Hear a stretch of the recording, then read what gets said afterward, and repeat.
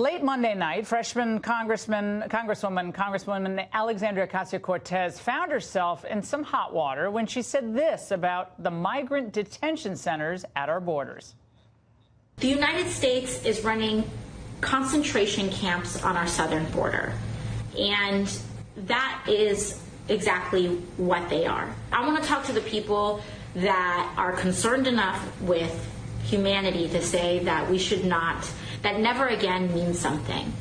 Now, the comments were not just inartful, they were an insult to the millions who died in the concentration camps, many who survived, and the millions across the globe who were trying to ensure that an atrocity like the Holocaust never happens again. But instead of saying, well, she misspoke or apologizing, she keeps digging. Academic definition of concentration camps are targeting a community and putting them in detention camps without a trial, and that's what the government is doing. And today, Ocasio-Cortez remains unrepentant, tweeting in part, "I will never apologize for calling these camps what they are." Now, in the wake of all those comments, the most prominent and apolitical Jewish organizations in the world spoke out. Yad Vashem, the World Center for Holocaust Research and Documentation, offered this clarification for Ocasio-Cortez via Twitter.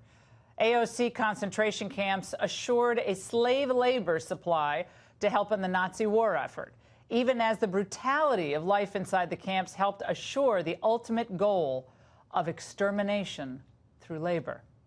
But on the other side, many of Ocasio-Cortez's Democratic peers and the media, they sprinted to her defense. I agree with the sentiment behind what she said, which is that we can't take this as normal. The truth is, we are creating concentration camps on the border. In 1933, there were concentration camps. In 1941, they were death camps. And that is where we are going if our consciences are not quickly pierced. Amazing. But this sequence of events might be the most jarring.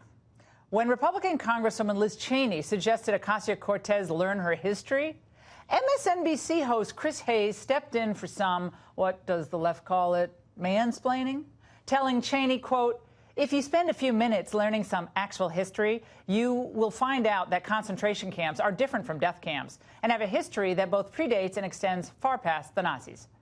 To that, the actual Twitter account for the museum dedicated to Auschwitz and the memorial hit back at Hayes and recommended that he, quote, "Please consider following at Auschwitz Museum, where every day we commemorate and educate about the tragic human history of Auschwitz."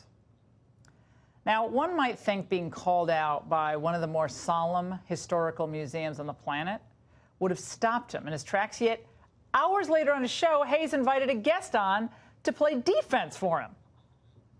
I would say that for 40 years before Auschwitz, we had concentration camps, things that were called concentration camps. What we're doing now fits very cleanly inside that tradition. Very clearly inside that tradition. Now you ask yourself this. Is the United States indiscriminately rounding up just people based on color of their skin or ethnicity and sending them to these camps? No. Are we temporarily holding people who are coming over the border illegally or of their own volition? Yes, we are. Sadly, though, this is just part of a larger effort. We've documented this on the show. The president's enemies are trying to situate not just this policy, but his entire presidency somewhere near Berlin circa 1940.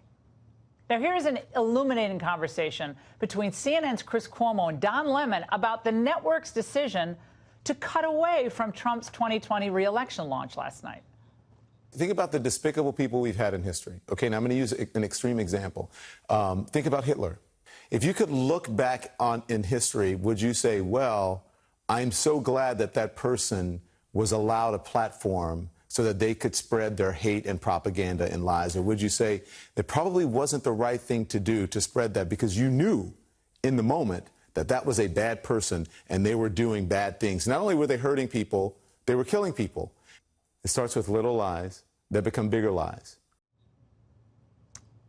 Shocker that his ratings are not stratospheric.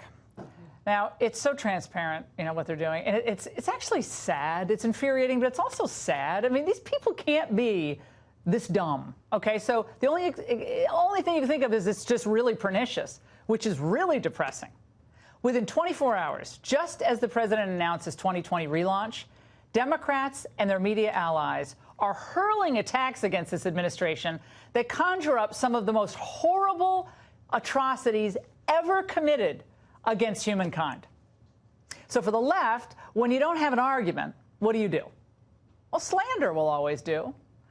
But invoking the Holocaust to score political points, there really just, there are no words, even for CNN, there's just no words. You have to be better than that. Those propagating these disgusting smears should not only be ashamed for the pain and the real division they're causing, but they should apologize in the name of common decency and to the memory of those who died. That's the angle.